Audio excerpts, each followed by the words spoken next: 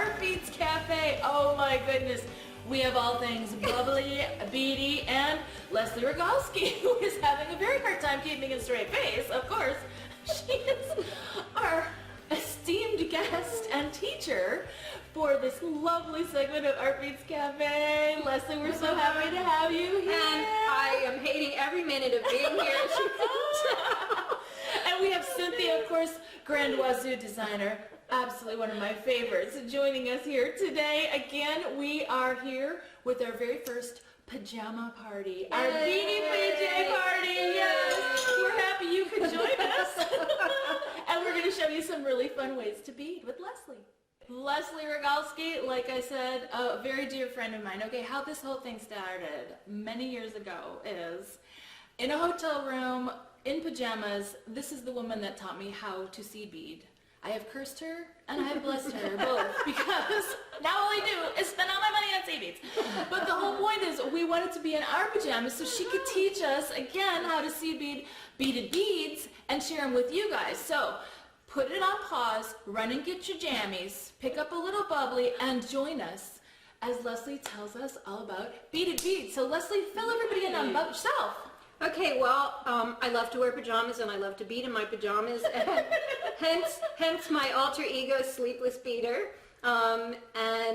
People do connect me to seed beads, which I love, and even more than that, I love to connect people to seed beads. And I've made so many friends through seed beads that to me it's just like one of these universal joys. So today I'm really excited to be here in my pajamas with great friends and seed beads and you guys, so that I can teach you how to make some very cool beaded beads. Yay! So Leslie is also a fellow Swarovski ambassador and an editor for some previous magazines and has written articles and is, oh my goodness, the developer of doodle beads, which we love, and that's actually how we both learned to do the seed bead. Yes, doodle beads comes from my background as an illustrator, so I bring drawing into it, and the whole idea is to make you get it. So the way that I teach on these is to draw those pictures out, and then to work in beads, like we're going to do here. So yes, I love them. So Leslie, tell me a little bit about beaded beads. Beaded beads are components, but they're very special components because you're making things that can be strong and not just things that can be attached together. So they kind of cross that line. And some of the things that I like to do, you can make necklaces with them, you can make bracelets with them, you can make earrings with them. There's a lot of different versions of beaded beads. One of the things I like to do the best have to do with beads that are caged. So you're taking another bead, whether you take a little wooden bead or a pearl or a resin bead or a stone or something that's pretty regular, and you're going to capture it in seed beads. And the sky is the limit with the kind of beads where you can make spokes and equators and just surround these beads with other beads. And then you string them together into necklaces with other spacers and things. There's so much to talk about. Yes. Look at these are the beads that Leslie is going to show us how to make today and share it with everybody else here. So let's get started. These are really fun, and as of yet nameless, maybe you want to have a contest. But they're very organic, and I've chosen these because they're actually just made using peyote stitch, which is a basic stitch that everybody knows, right? And you guys can be comfortable and everything. And it's one technique and only 2 or 3 different kinds of beads, and you can do all this cool stuff. So we're going to work with Miyuki Baroque coated beads, which are a size 6. And we're going to use the long magatamas, and I want to show you how to string them so you get this real consistent direction, because that's kind of a trick. And then you can use size 11 regular round seed beads or 2mm Swarovski crystals as sort of like the embellishment, little extra icing on the cake touch.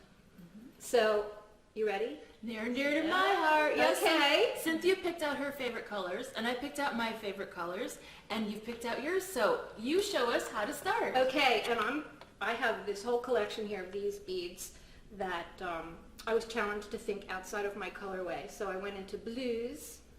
I just want you to know that it doesn't hurt to do that. So here's how we're going to start. This is, like I said, it's only peyote. So peyote, we're going to start with 14, let me see, we're going to do a small one. So 1, 2, 3, 4, 5, 6, I think this is 10. I'm going to string alternating a Baroque bead and a long magatama. And the way to keep the magatamas consistent, if you look at them, is like the little holes kind of go at an angle, and you can put your needle in angling towards the short side or angling up towards the long side.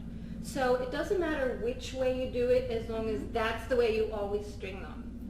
So I like to point, yeah, so if I have my bead and I'm pointing down towards the little short side, that way, I'm always going to string them that way. So I'm going to string one Baroque, we could do this together. Yeah. Do you want to do it together? Okay, one Baroque and one magatama. Okay. And then you're going to do that until you have 10 beads all together. So 5 Baroques and 5 magatamas. And just remember to always string the magatama down in that same direction or up in the same direction. So one Baroque and one, yeah. Okay. And you can tell if you're stringing them in the right way if when you lay them down, they're like all pointed the same way. Here. So you have something that looks like that, you guys. Okay. Yay! Okay, and then you're going to bring the beads down and you're going to tie them in a ring and leave just like enough tail, like a 4-inch tail that you're going to be able to thread it on a needle and weave it in later.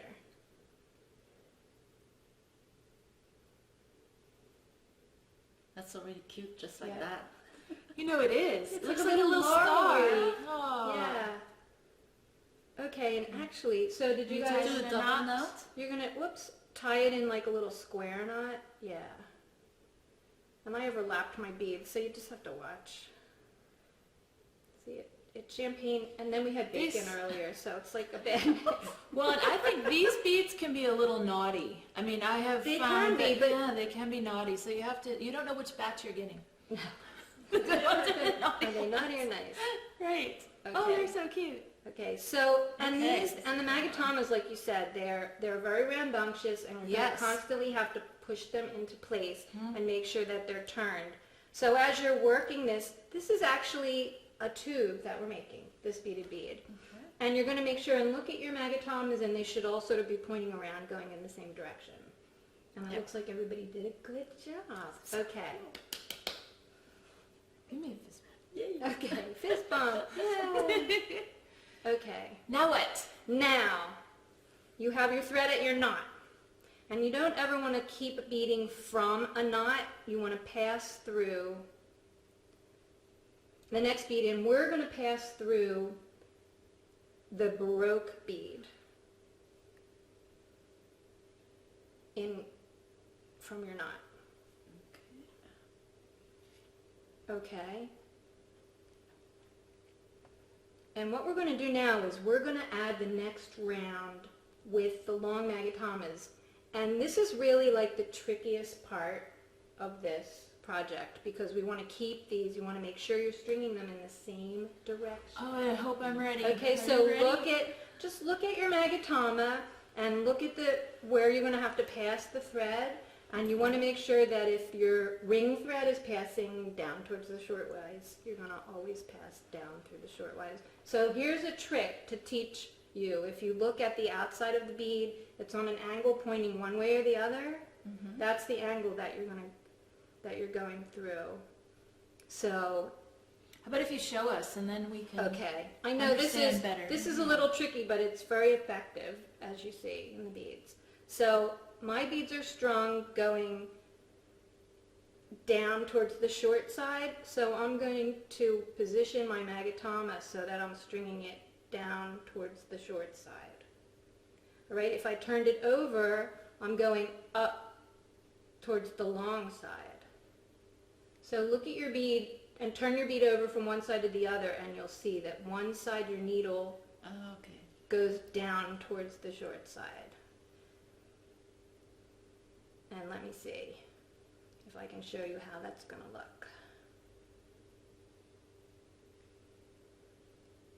So do you see those two beads right there, how they're facing the same direction? So they kind of fit together, actually. They do, they're parallel. Got So it. the thing is about these, because magatamas and the Baroques have big holes, undos are real easy. So string your bead and put it on and pass through the next baroque and then see if it's in the right direction, and you'll know right away. And one of the fun things about these beads is that they don't take very long once you get the hang of it. So you'll know right away, and believe me, I've undone as much as I've done too. So That's good to know. okay, so you're going to keep stringing the long magatamas in peyote. So you're going to string one, pass through the baroque, and keep it to the one side of the other one, and then you're going to string another one and pass through the baroque, and you're going to have what looks almost like a little laurel leaf effect.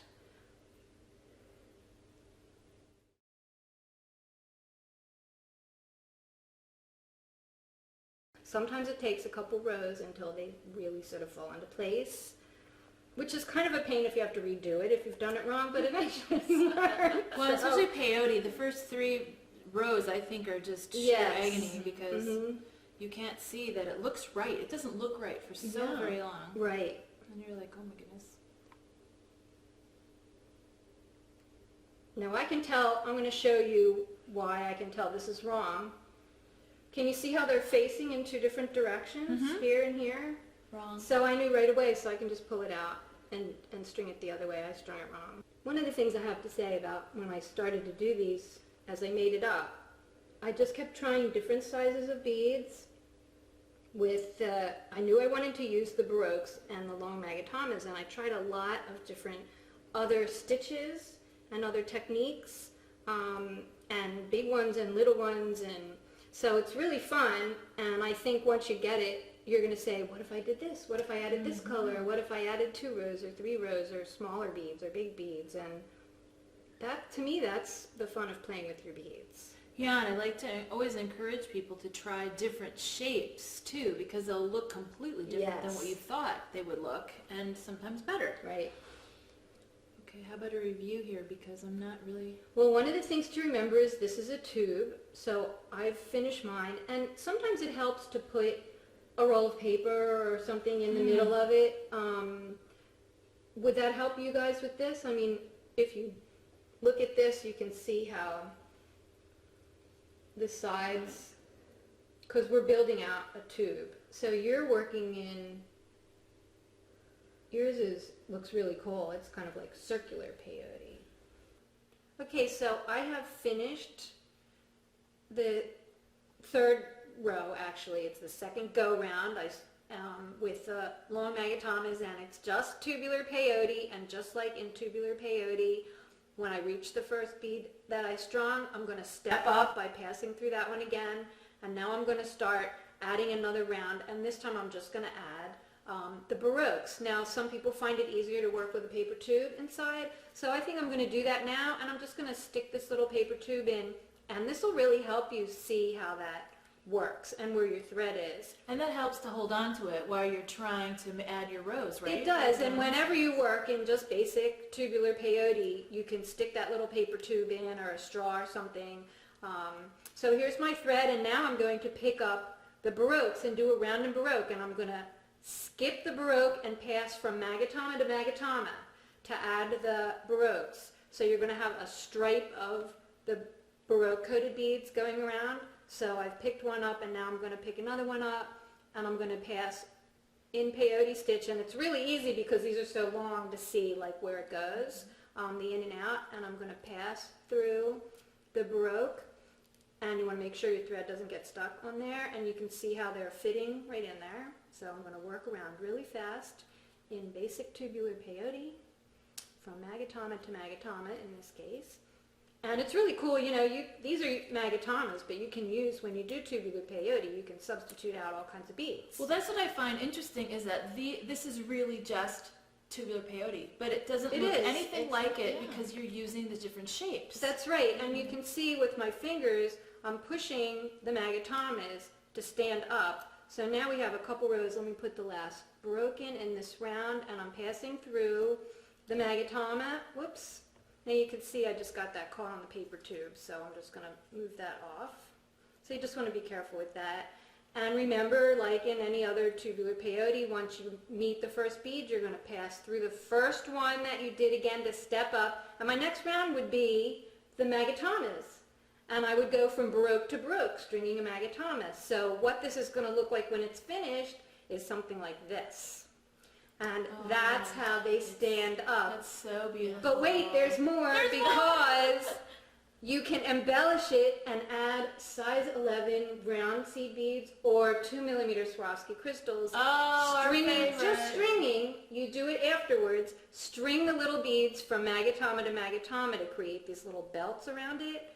And you can, the sky's the limit with all the other colors and things that you can bring in to finish Oh, these that's so beads. gorgeous. Now, Leslie, could you do the same beads, the same look with our designer? You blends? absolutely could, and actually to play the mixes and the blends of colors would add so much texture and shine and that just that detail of all the blended colors. It would be fabulous We'll to just do try as the that. embellishment. But it's amazing that it's such a simple technique and you come up with something It is. like It's that. tubular that looks peyote. It's no different from using all the same beads, but you're using all these different beads, and you nudge these magatamas to stand out. It gives that texture, and then by bringing in the designer blends, the Art Bead designer blends will add that much more color and that much more texture because of all the different surfaces and colors that are in those blends. It will be wonderful. That is so Right? cool. Yes. Oh my God. Are we done? Are we done? Are we done yet? Look what we did. Oh my God. Leslie's wearing us out with these beaded beads. I'm telling you, We're they're so exhausted. addictive. So addictive. They're very addictive. We love them. You'll love them, I'm sure. And oh my goodness, Leslie, thank you so much for being our guest here. We've had the best time here at Artbeads, our very first pajama party at Devin and Cynthia Kimura's home, which is so delightful. Chocolate, a little bubbly, lots of beads. And this has just been a blast. So Thanks for Leslie,